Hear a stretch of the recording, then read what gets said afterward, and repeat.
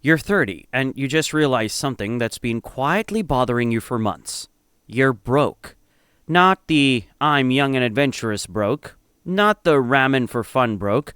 The real kind. The kind where you hesitate before checking your bank account. The kind where you know exactly how much is in there because it's not much. You understand investing. You've watched the videos. You know what compound interest is supposed to do. But nothing is compounding. Your friends are buying homes, posting renovations, talking about equity. Meanwhile, you're calculating whether you can afford a weekend trip without pushing rent late again. And here's the worst part. You can't blame ignorance anymore. You're not 22, you're 30. Old enough to know better, young enough to still fix it, but not young enough to waste another 5 years pretending it'll magically sort itself out. If that stings a little, good. Because this is the moment that either changes your financial trajectory or becomes another video you watch before going back to the exact same life. Let's talk about what actually fixes this. Let's zoom out for a second, because if you're 30 and broke, you probably feel like you messed something up. Like you missed a step. Like everyone else figured something out that you didn't. But look at the actual landscape you walked into. Housing didn't just go up. It detached from income. In previous generations, buying a home meant stretching. Today, in many cities, it means suffocating. The ratio between income and home prices has widened dramatically. What used to be tight is now borderline unreachable without dual income or outside help. A degree used to separate you. Now it's the baseline requirement just to enter the game. You can do everything right. Go to school, get hired, move up, and still feel like you're barely keeping up. Wages increased on paper. But so did rent, so did healthcare, so did insurance, so did everything that actually matters. You can earn what sounds like middle-class income and still live paycheck to paycheck. That's real. But here's where we draw the line. Yes, it's harder. Yes, the system shifted. But that doesn't change the math. You don't get financial stability by being correct about the economy. You get it by adapting to it. Blaming the landscape might explain your position. It won't change it. And this is the moment where most people split into two groups. Those who complain about the game and those who learn the new rules. We're going to focus on the second group. Here's the real problem, and it's simpler than you think. It's not your budgeting app. It's not your morning coffee. It's not that one vacation you took last year. The real problem is the gap, or more accurately, the lack of one. Income minus lifestyle equals freedom. That's the formula. If that number is 0, you're fragile. If that number is negative, you're in a slow-motion debt spiral. And if that number is large, you have leverage. Most 30-year-olds don't have a gap. They have a perfectly balanced trap. Their income rises just enough to justify upgrading their life, and their expenses rise right along with it. Promotion? Bigger apartment. Raise? Better car. Bonus? New debt disguised as reward. The result is the same stress at a higher income level. The gap never widens. And when the gap doesn't widen, nothing changes. You can earn $40,000 and feel stuck. You can earn $80,000 and feel stuck. You can even earn 6 figures and still feel stuck, because the problem isn't income alone. It's that you're spending at the ceiling of what you earn. When your lifestyle expands to meet your paycheck, you eliminate your margin. And without margin, you have no room to build, no room to invest, no room to breathe. The gap is not optional. The gap is the engine. No gap, no freedom. Let's get uncomfortable for a minute. If you're 30 and broke, one emergency destroys you. Not inconveniences you, destroys you. One car repair goes on a credit card. One medical bill becomes a payment plan. One layoff becomes panic. That's not dramatic. That's math. When your gap is 0, you live on the edge of financial instability, whether you admit it or not. And when you live on the edge, you lose negotiating power. You tolerate jobs you hate because you can't afford to walk away. You accept low raises because you can't risk unemployment. You stay quiet in meetings. You don't ask for what you're worth. You trade freedom for security. And the security isn't even real. You also can't take risks. You can't switch careers. You can't move cities. You can't invest aggressively. You can't start something on the side without fear of collapsing your entire structure. Every decision becomes defensive instead of strategic. And when you live defensively long enough, you shrink. You start telling yourself this is normal, that this is just adulthood, that stress is part of it.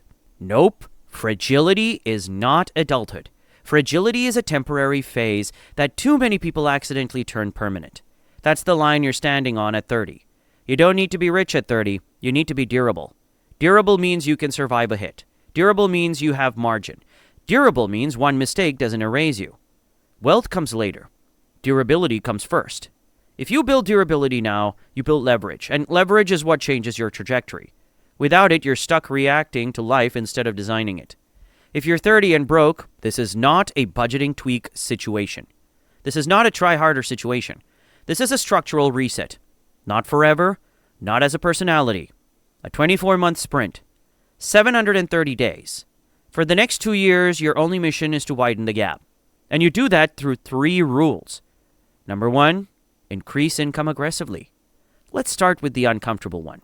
If you are underpaid at 30, loyalty will not save you. Your employer will give you 3%. The market might give you 25%. Most people try to squeeze their way out of being broke by cutting expenses. That works when you're already stable. It does not work when you're fragile. If you make $50,000 and you spend $48,000, saving an extra $200 a month is not changing your life. It might reduce stress slightly, but it won't build leverage. At 30, income is your biggest leverage.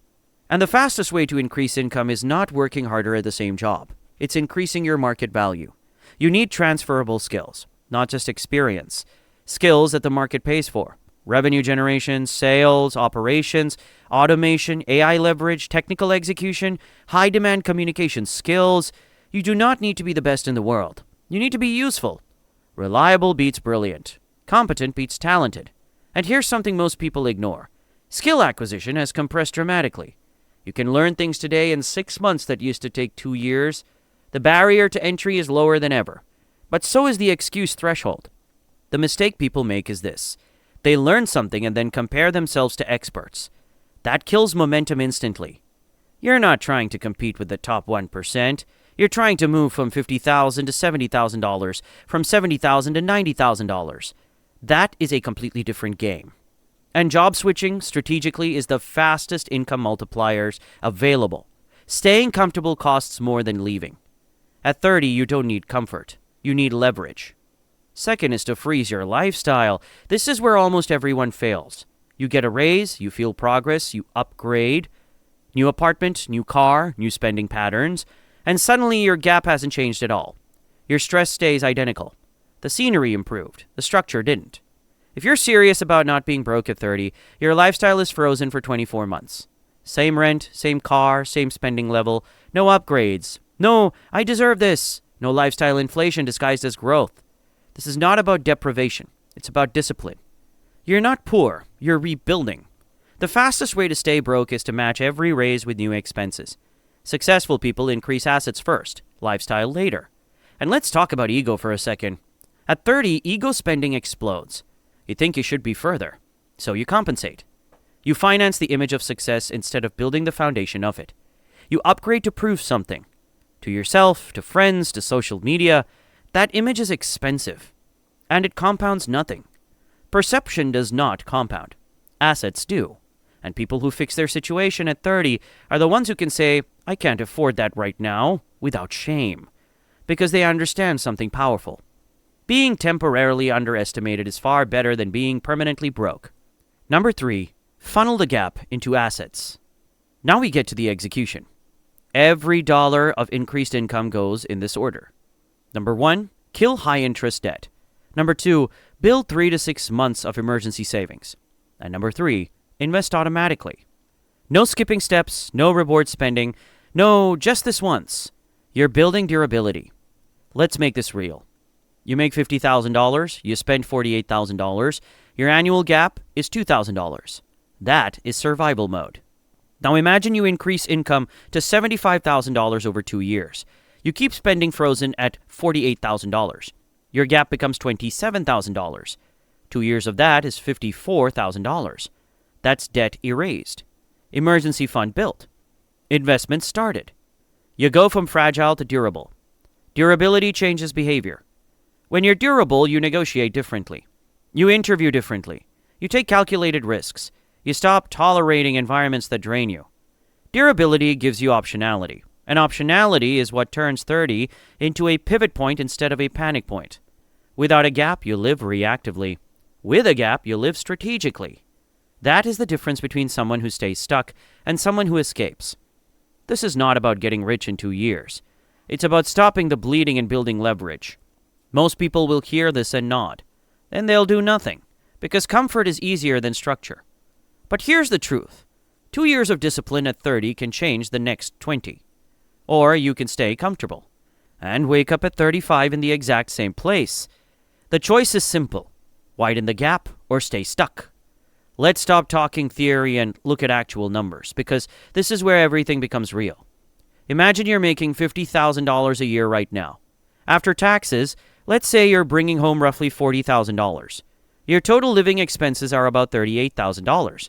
That means your annual gap is $2,000. $2,000. That's not a wealth-building strategy. That's survival mode. One emergency wipes it out. One unexpected expense sends you back. That's fragility. Now let's apply the 24-month reset. Instead of trying to save an extra $100 a month, you focus aggressively on increasing income. You switch roles, add a side skill, negotiate harder, or move into a higher paying position. Within 2 years, you move from $50,000 to $65,000. Not unrealistic, not fantasy. A 30% increase over 2 years is aggressive, but achievable. Now here's the key. Your expenses stay frozen at $38,000. No apartment upgrade, no car upgrade, no lifestyle expansion. Now your gap isn't $2,000, it's $27,000. That's not subtle. That's a structural shift. Over 2 years, that's $54,000 in margin. First, you eliminate high-interest debt. Then you build a 3 to 6 month emergency fund. Then you begin investing consistently. You go from fragile to durable. Fragile means one problem destabilizes your life. Durable means you can absorb impact without panic. Durable means you can leave a bad job without fear. Durable means you can negotiate from strength. Durable means you can take calculated risks. And notice something important. We didn't talk about becoming rich. We talked about becoming stable. This isn't about Lamborghinis. It's about leverage. The difference between broke at 30 and building at 30 is not intelligence. It's the size of the gap. And the gap is something you control. Let's talk about what's really sabotaging you at 30. It's not math. It's not opportunity. It's not even income. It's ego. You thought you'd be further by now. That's the quiet part you don't say out loud. You assumed by 30 you'd have momentum, savings, stability, maybe even a house instead. You feel behind. And that embarrassment is dangerous, because embarrassment doesn't lead to discipline. It leads to compensation. You upgrade the apartment because you don't want to feel behind. You finance the car because you don't want to look behind. You take the vacation because everyone else is posting one. That's not celebration. That's lifestyle signaling. You're borrowing money or destroying your gap to protect your identity. And identity is expensive. Comparison culture has made this worse than ever. You're not comparing yourself to your neighbors anymore. You're comparing yourself to curated highlight reels, promotions, engagements, renovations, investment wins. No one posts their overdraft fees. No one posts their anxiety at 2 a.m. staring at their bank app. So you respond emotionally. Instead of widening the gap, you narrow it. Instead of building assets, you build appearances. Here's the line you need to hear clearly. Your ego is more expensive than your rent. Read that again. Most 30-year-olds aren't financially trapped by income alone. They're trapped by the need to look like they're not struggling. And that trap compounds. Because every time you inflate your lifestyle to match what you think a 30-year-old should look like, you delay your durability. The people who fix their situation at 30 are not the most talented. They're the most honest. You can say, I can't afford that right now, without shame.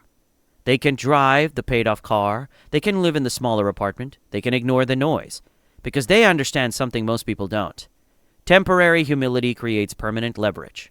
And permanent leverage beats temporary applause every time. I want you to picture two versions of yourself. Same intelligence, same background, same starting point. Only one difference. What you do in the next 24 hours.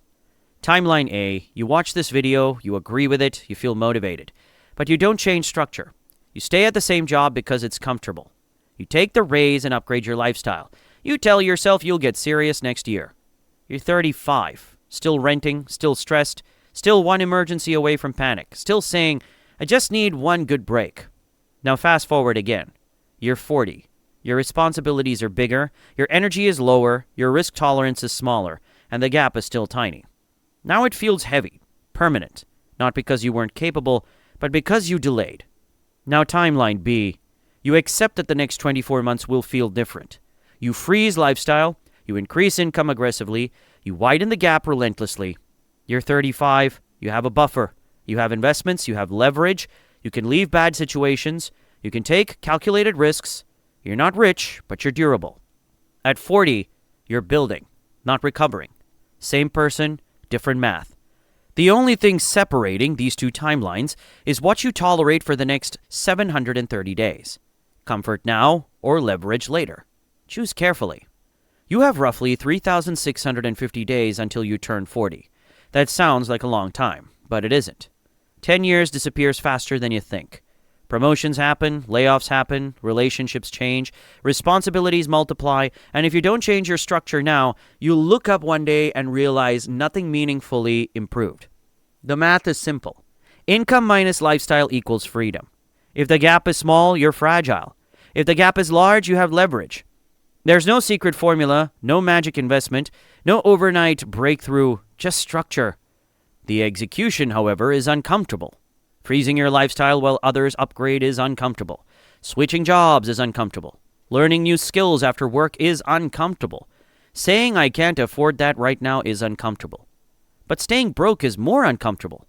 Living one emergency away from panic is uncomfortable. Tolerating jobs you hate because you can't afford to leave is uncomfortable. Watching 5 more years pass with no real progress is uncomfortable. You're going to experience discomfort either way. The only question is whether that discomfort builds leverage or builds regret. You don't need motivation. You need math. Widen the gap or stay stuck. Your choice. Your choice.